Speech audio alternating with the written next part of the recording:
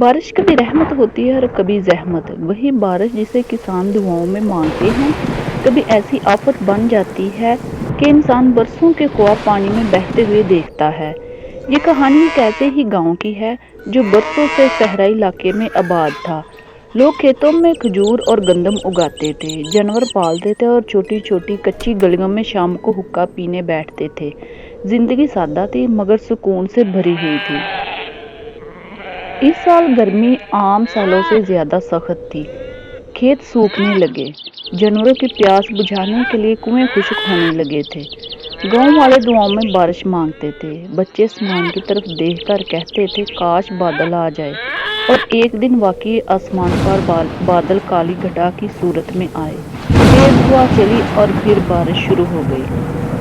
پہلے سب خوش ہوئے، عورتیں چھتوں سے پانی جمع کرنے لگی، مرد کھیتوں کی طرف بھاگنے لگے کہ زمین کی پیاس بجھا دے، لیکن وہ بارش رکنے کا نام نہیں لے رہی تھی۔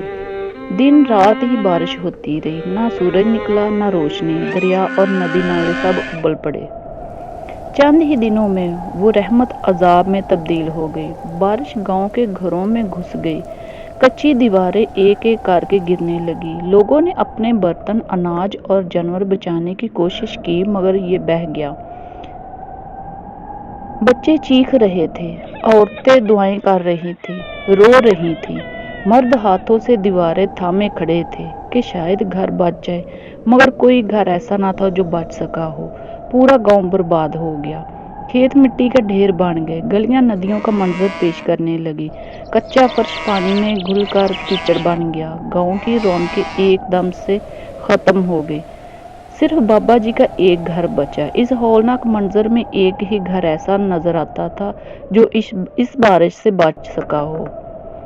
گاؤں کے کونے پر کھڑا یہ پرانا سا مکان جو بابا نور محمد کے نام سے جانا جاتا تھا، بالکل سلامت کھڑا تھا۔ بابا جی گاؤں کے سب سے بزرگ تھے، سفید داڑھی والے، ہمیشہ سادہ کپڑوں میں، سر پر پگڑی باندھے۔ وہ اکثر کہا کرتے تھے مضبوط بنیادوں کے بغیر کوئی گھر پائیدار نہیں ہوتا، چاہے وہ مکان ہو یا انسان کی زندگی۔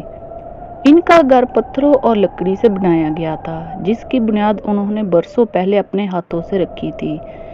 جب سب نے کچے مکان بنائے، بابا جی نے وقت اور محنت لگا کر مضبوط مکان بنایا۔ گاؤں والے ان پر ہنستے تھے کہ اتنی محنت کیوں کر رہے ہو، مگر آج وہی گھر سب کے سامنے مضبوط کھڑا تھا۔ جب پانی اترنے لگا تو گاؤں کے لوگ حیران ہو کر بابا جی کے گھر جمع ہوئے۔ وہ تھکے ہارے، کپ کپاتے بچے اور روتے مائیں اپنے بچوں کو لے کر بابا جی کے آنگن میں بیٹھ گئی۔ بابا جی نے سب کے لیے چولہا جلایا، خشک لکڑیاں نکالی اور جو تھوڑا سا اناج بچا تھا سب کے لیے بانٹ دیا۔ یہ مکان میرا نہیں، اللہ کی امانت ہے، اسے اللہ تعالیٰ نے بچایا ہے، ایسے ہی ہمیں بھی بچا لے گا، بس صبر اور حوصلے سے کام لو۔ گاؤں والے سوچنے لگے کہ واقعی بابا جی نے ہمیشہ مضبوطی کی بات کی۔ انہوں نے نہ صرف مکان کو مضبوط بنایا بلکہ اپنی زندگی کو بھی صبر، دیانت اور محنت کی بنیاد پر کھڑا کیا۔ باقی سب نے وقتی سہولت کے لیے کچے گھر تو بنا لیے، مگر جب آفت آئی تو سب مٹی کا ڈھیر ہو گئے۔ اب گاؤں کے لوگوں نے طے کیا کہ وہ نئے مکان بابا جی کی طرح مضبوط بنیادوں سے بنائیں گے، نہ صرف مکان بلکہ اپنی زندگیوں کو بھی صبر، ایمان اور محنت کی بنیاد پر کھڑا کریں گے۔ یہ کہانی ہمیں سکھاتی ہے کہ انسان کی زندگی بھی ایک مکان کی طرح ہے۔ اگر بنیادیں کمزور ہوں گی تو ذرا سی آزمائش میں ٹوٹ پڑیں گے، لیکن اگر بنیادیں صبر، ایمان، محنت اور سچائی پر ہوں تو چاہے زمانہ کتنا ہی طوفانی کیوں نہ ہو، انسان سر اٹھا کے کھڑا رہتا ہے۔ بارش کے بعد گاؤں کا منظر بدل گیا۔ لوگ ٹوٹے ہوئے مکانوں کی جگہ نئی امید کے ساتھ دوبارہ کھڑے اٹھتے۔ بابا جی کی بات یاد کی جاتی، مضبوط بنیاد کے بغیر کوئی چیز پائیدار نہیں ہوتی، وہ انسان کی زندگی ہو یا انسان کا گھر۔